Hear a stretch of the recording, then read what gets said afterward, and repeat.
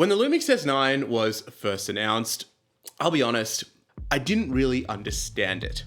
So this was a camera that had no EVF, no hot shoe, no mechanical shutter, just a single card slot, and it was only a few $100s less than the S5 II, which already had all of those features. Add in the lack of small L-mount lenses, and I thought, who on earth would buy this camera? I definitely wasn't alone in this thought process either, as when the S9 was first unveiled to the world, there was, let's just say, a very polarizing reaction to this camera.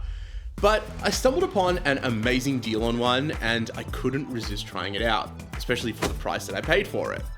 And after using this camera for the last 6 months, I have to admit that I was wrong. This little camera is way better than I thought, and today I'll share what I love about it, what still frustrates me, and what I would love to see in a future version of the S9. But before we get started, be sure to subscribe to see more great photography content. Now, as a disclaimer, while Panasonic Australia has lent me lenses to try out, I paid for this camera with my own money, and all thoughts expressed are my own. Now, first things first, the S9 is basically a smaller S5 II. Has the exact same sensor, the exact same performance with the same video specs. So if you want a deep dive, check out my S5 II review after this. But in this video, I'm going to focus more on why I think the S9 makes a lot of sense. And the biggest reason for me, and honestly the biggest surprise for me, is just how small this camera is. It's tiny. In photos that I saw, it didn't look like it would be that different. Until I physically held this camera in my hand, I did not realize how big of a difference it would actually be. This camera is literally smaller than some Fuji cameras. Like the X Pro 1 and the X Pro series is bigger than this camera here, but this is full frame. And after traveling with it, so I took it all over Europe, the size made a huge difference. And I almost enjoy using it more than the Nikon ZF.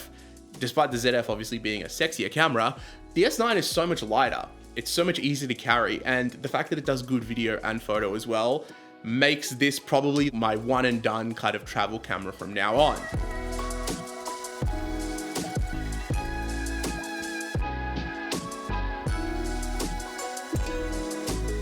This camera still does incredible 6K open gate video. It still has some of the best IBIS in the game. The autofocus is excellent.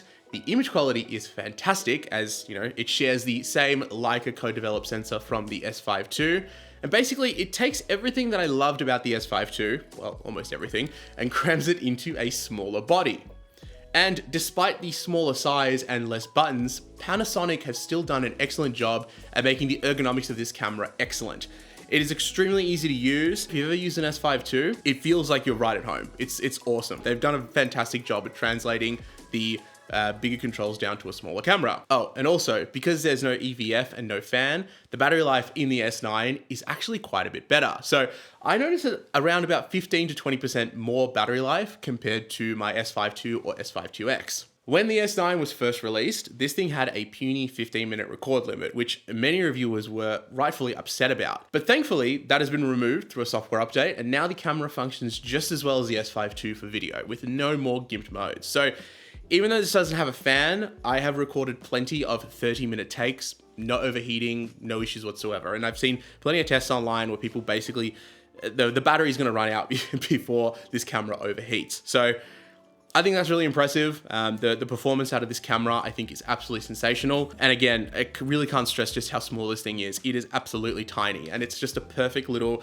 take everywhere, use everywhere kind of camera for that exact reason. Now, what about this button at the top here, the LUT button? So this was like at launch, the big selling feature of the S9.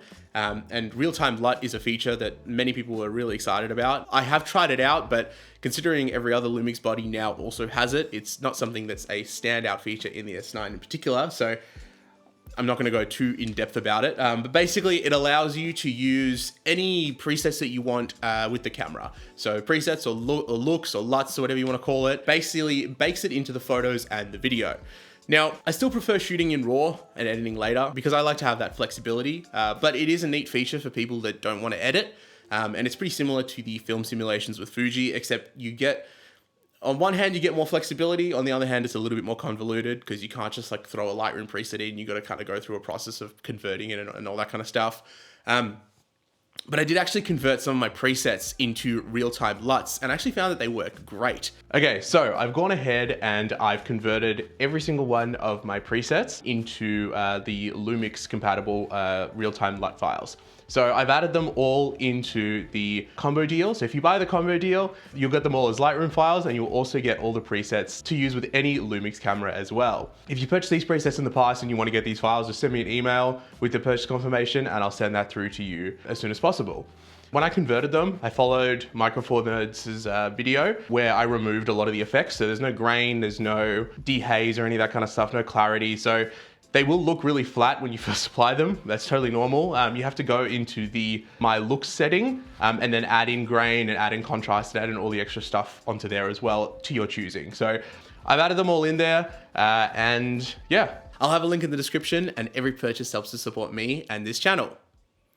So at the beginning of the video, I mentioned a few things that it doesn't have, the things that made me not understand this camera. So let's go over those now and see whether I've learned to live with them after 6 months or if I still wish that this camera had it. So the biggest one that I saw a lot of people talk about was not having an EVF. Yes, an EVF would be great, but honestly, the back screen on this camera is pretty good. I'm so used to using the Ricoh GR that I didn't really have a problem with no EVF in this camera. Then we've got no mechanical shutter. So this definitely took me a little while to get used to.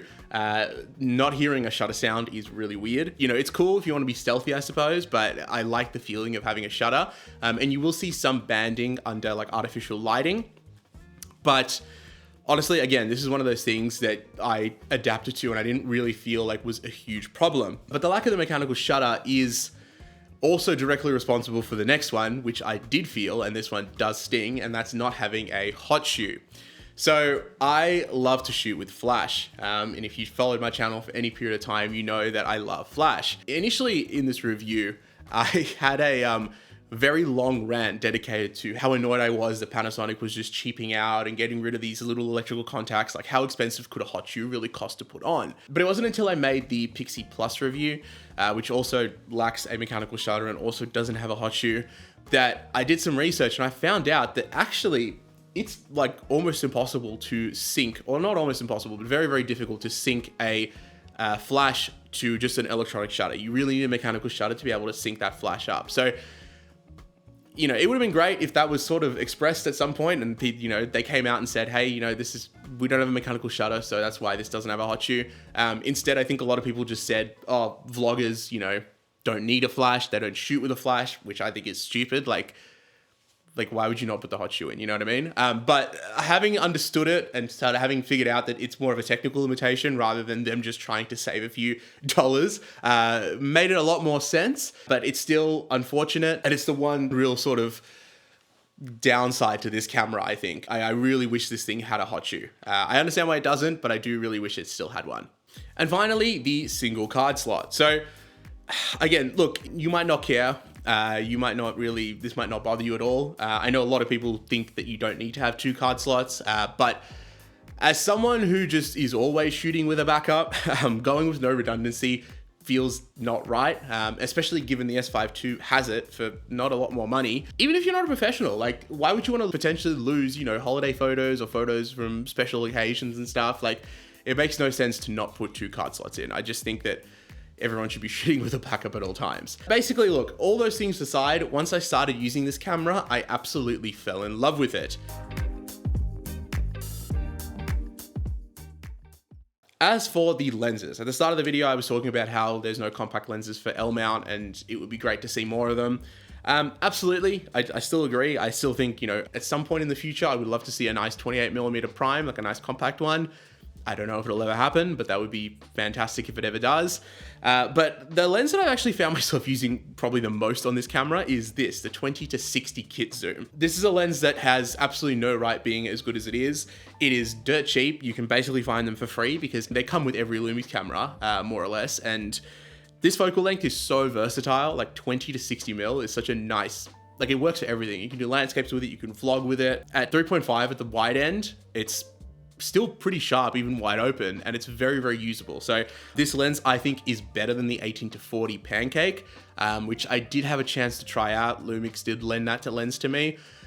I would not be buying that lens like by itself, because it's like $800 Australian if you buy it without a kit. If you do get the camera in a kit combo, maybe it makes a little bit more sense, but I felt like the 20-60 was overall optically quite a bit better.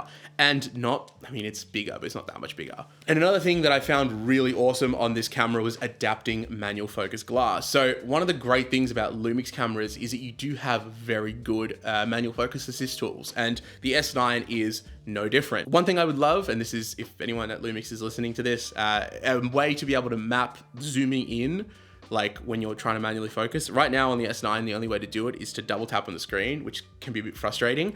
I would love if there was a way that I could change like the LUT button or one of the buttons to change to zoom in on the screen itself to allow for just easier manual focusing. You can do it on the S5 II just by tapping the rear joystick, so it's obviously a feature, but it doesn't appear to be in the S9, which is a little bit frustrating. But regardless, some of my absolute favorite shots in Europe were taken with this camera and probably my favorite 28mm of all time, the Nikkor 28mm f2.8 AIS.